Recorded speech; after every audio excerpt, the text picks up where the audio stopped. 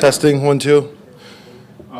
Hey, this past game, like, you guys give a lot of yards, right? Mm-hmm. But how do you kind of square that with the fact that you guys made, like, some big plays to get off the field in key situations? Yeah. How do you, like, weigh those two things? Yeah, obviously we give up a lot of yards, like you said, and, we want to keep that to a minimum. But on the flip side, we were able to make key plays in those key situations, and ultimately that's what you want. We got the win. In those big situations, key moments, you want guys to step up and make plays, and I feel like that's what we did. Is the next step for the pass rush quick wins? Because you guys are getting pressure, but it feels like they're maybe later in down. Yeah, even when you look at the tape too, there's times where we do have quick wins, ball's just out. You know what I mean? And I feel like ultimately it just goes hand in hand. You know what I mean? Rushing coverage. We up front we got to make sure we're keeping the quarterback in the pocket. I feel like Herbert was able to extend plays a little more than we wanted to. You know what I'm saying? And if we just kept contained, a lot of those plays would have been a sack. You know what I'm saying? So it goes hand in hand with the rushing coverage. We got to keep the quarterback in the pocket, quick wins, and then obviously coverage has to hold up. So it just goes hand in hand. Any jealousy over Grover? No, not at all. I wasn't in a position to try and pick it off, and I felt like the ball was in the air for quite a while. I saw him right there, and I was yelling, "Catch it, Grove!" So, I was hyped for him. I should have asked him this, but do you know of any teammate that uses as much tape as him? Because I looked at his when he made the pick, I was like, dang, this dude's like he's mummified. I don't. I can't say nothing about it because I'm just as bad. So I'm just as bad. Though that the entire defense came off the sideline to celebrate that. That doesn't happen for just anyone. No, yeah, for sure. Obviously it's a rare occasion for a big man to get an interception, but also the person who did it, Grove. He's always doing the dirty work. So a lot of times he doesn't get a lot of the acknowledgement, and that was just a moment for all of us to celebrate him making a big play. Z was talking yesterday about how it feels more close-knit and started to feel that a little bit in the offseason. Yeah. Would you echo that? For sure. I feel like in the offseason, we talked about it, Z and I and Kenny, and just saying how we have to try and do a lot more together, as a group or in our position groups, doing more stuff off the field to really build that relationship with each other even more, and I feel like it's definitely paid off. J.J. Watt shared this story. He was on the call on Sunday that you had said that your attendance at your guys' position dinners have been like 100%. Yeah. That wasn't always the case. Yeah, for sure. Obviously guys have things that come up, you know what I mean? But so far this year, we've been 100% with everybody, coming to the dinners and, just spending that quality time together. And that's a lot of times we can, if we have questions on some certain calls or whatever it is, we can also talk about that kind of stuff at dinner. And obviously we're watching the game, Thursday night games, and, just seeing things that's going on in the game and be like, oh, we could probably, talk to Lou about that or whatever it is. And I just feel like it's been paying off major dividends. Does Nick Cross still pretend like he's a defensive lineman? I know he spends a lot of time over in that area. He's our honorary D lineman for sure. Well, when you do bat a pass up in the air, how hard is it to track the ball? What's the training there? What do you do? How hard is it to track? No, yeah, it's definitely hard to track the ball sometimes, because sometimes, it's more reaction, and you're hitting the ball, and sometimes, you don't know if it went backwards, forwards, or, above, so you're trying to gauge where it's at. And I feel like Grove did a really good job of just tipping it straight up into the air, which is crazy. And it is funny watching him trying to look for the ball, and then he just looks straight up, and he's like, oh. It's crazy. Obviously you're focused on defense, but do you get to watch any of what Quentin's been doing this season? Honestly, no, I haven't. It's crazy because I have no worry about Q each and every year. I know he's going to handle his business, but I'm not surprised at all the season that he's having so far. Well, kind of a random question, but what do you think is the hardest thing about your position that the general public doesn't understand? For me personally? Yeah. Just D-tackle in general? Well, you personally, yeah, guys, you're a little different than the average D-tackle. I guess me personally, really just the amount of double teams that you have to face each and every week and trying to find ways to still make an impact in the game. You know what I mean? That's probably the toughest part. Yeah.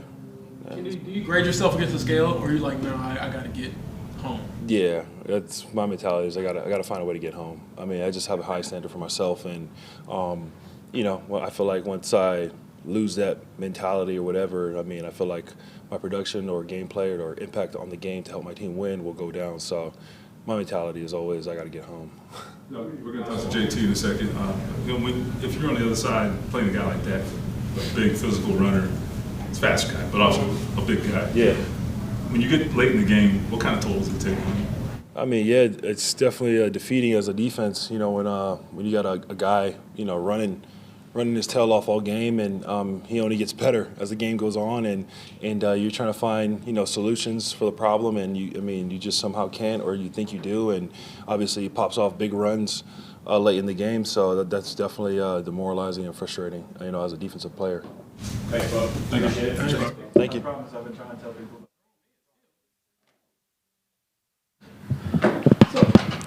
Afternoon. So we're getting 3 touchdowns or what? I mean, that would be ideal. That would for sure be ideal. Well, let me ask you this: you've been in the end zone a lot this year. Does it ever get old? I don't think so, right? Yeah, never. Whenever you can score points, I mean, that just means you're one step closer to winning the game. You'd rather have 3 touchdowns than 200 yards because this is contributing to us. Both are contributing to the win, but the touchdowns that's points on the board. What has it meant to you to have Amir Abdullah around for the last month or so? I mean, you talking about a legend right there. I mean, I think every running back in the league right now has watched Amir, especially in college and then his transition into the league. So being able to pick his brain, how has he been able to last this long in this league at this position? And obviously you guys have seen he's been a huge spark for us as well. So it's actually been really nice. It's been really nice to have Amir here. Like I said, someone who, like I said, a lot of backs have watched and admired. He's one of 2 running backs in the NFL who are in year 11. It's him and Raheem Mostert. What do you admire about a guy who's been able to stick with it and to stay in the league that long at your position? I just think that their ability to also be able to contribute. Sometimes you may think, someone in the league, at that age, they're just kind of a on-field coach, but he's making plays still at this time. So figuring out how are you able to do that, especially with the body, but mentally as well. I mean, to do this for 11 years, it can be taxing mentally as well because each and every single year, in the offseason, during the season, you're doing nothing but constantly thinking about how can I get better, how can I improve. So it's been really fun. Daniel is the major addition on this offense, but outside of his addition this offseason, what about this offense is just functioning and executing consistently so much better with these historic numbers you guys have? I think really a core group of the guys being here as well. I think that's huge when you can bring and you can add that chemistry over the course of years with the same group of guys. That plays a big role. It's tough to bring in a lot of new faces and expect to be firing on all cylinders immediately. So I just think that has been a real key part for us is that a lot of the core group of guys have been here. So that camaraderie, that chemistry has been built. Whenever you guys talk about the offensive numbers, it's offensive line. You lose Kelly, you lose Will Fries. Did you have questions in your mind how this was going to be, losing 2 players like that, or did you have faith that Tony that they were going to get it right? I mean, you talk about Ryan Kelly, I mean, a vet who's been playing well for a long time, but then also Will Fries, who was getting into his stride and hitting his groove. So, of course, you're like, man, that was a devastating hit. But of course, happy for them that they found a place to go to. But, of course, Wisconsin guy with Bort, I already knew I had faith in him. But then also just coming here in the offseason, in OTAs and during camp, I mean, you saw how we were able to build this chemistry together. And, of course, we knew we had to work some things out just from it being the first time we're all together. But I knew that once camp came and once camp was over with and it came time for the season, we were going to hit a stride. And you get Braden back too. Definitely. But his loss was felt last year as well. Definitely. JT, look at this Colts all-time rushing list. Touchdowns, it's Edge, Lenny Moore, you. threw away from tying the edge for the most in franchise history. I know you don't keep up with this stuff, which is what I'm telling you, but when you hear names like that and you're on that list, you're in that conversation, what does that mean to you? And do you ever kind of stop and think like, man, these are some great dudes that came before me? Like you mentioned, great dudes. They set the path. Saw Edge before the last game, and it's just you just want to figure out what was the path that they walked. How did they reach those heights? And I think I mentioned this to you guys before. Everyone in the building, a big advocate, of course, Reg, who played with a lot of these guys, is, hey, they came into work every single day and found a way to get better. They put the hard hat on and went to work. But then when you look back over the course of the years, you're like, man, them doing that every single day, week in and week out, year after year, then look at the career they had. And I think it was just a testament to their work ethic, but then also their dedication to their teammates, because you want to be the best you can for your teammates. So I think that's my mentality as well, is how can I continue to grow and get better for my teammates? Because if I'm getting better, that means I'm trying to grab more attention to defenses so that Pitt and AP and all these other guys and Tyler can go out there and shine as well. So just whatever I can do to help everybody else out on the team is what I'm willing to do. Are you aware of your splits, like in the first half versus second half? The second half is crazy. Like No, the splits, no. 6.5 yards per carry. Oh, way higher than. So I'm getting to a point. I mean, you always talk about number one, wanting to play more and get better over the course of the game. How does that happen? Because it doesn't make sense. And secondly, just what is it like to be the guy who close it out? I think it's having that mentality and understanding, especially at the end of the game, like you mentioned, to close it out. The team, the coaches, they're trusting you to say, hey, we need you to close this game out for us. These are vital yards that we need. So having that mentality going into the game, knowing it's going to be a 60-minute match, so you're going to have to grind it out. But then when you need it most, at the end of the game, that's when you need to be at your best. Be at your best when your best is needed. So just having that mentality each and every single game, no matter what happened in the first half, second half is a fresh start, and let's make sure we finish even faster than we started. Jim said your conditioning is a big part of that. I mean, you've talked to us a lot about what you do in the offseason.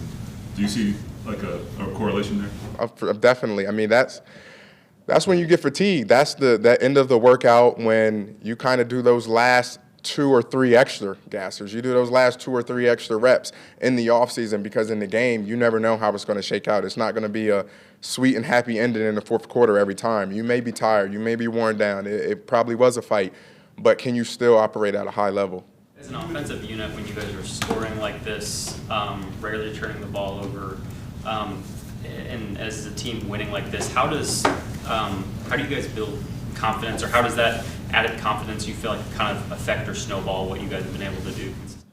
I think it just shows that everything we talked about in the offseason, everything that we wanted to accomplish, that we spoke about in the offseason, is starting to happen. So we understand what route did we take to get here. And it was we came in each and every single day, made sure that we all put our best foot forward, but found a way to say, hey, listen, we have to continue to get better. We haven't arrived. And understanding that it's going to get even harder. Teams are going to continue to give us their best shot.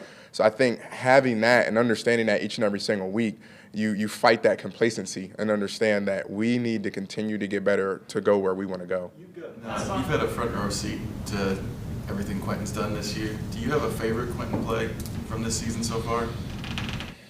Well, for sure, there's a picture out there after, what was that? Was that the Raiders? And he's behind me, and he's hitting the dance with me. So I would definitely say that's one of my favorite, just because, like I said, the offensive line, they don't get a lot of love. Of course, everyone talks about them, but just as far as the praise and the accolades, so anytime there's some light shined on them, I always enjoy that. Did you do it right? He did.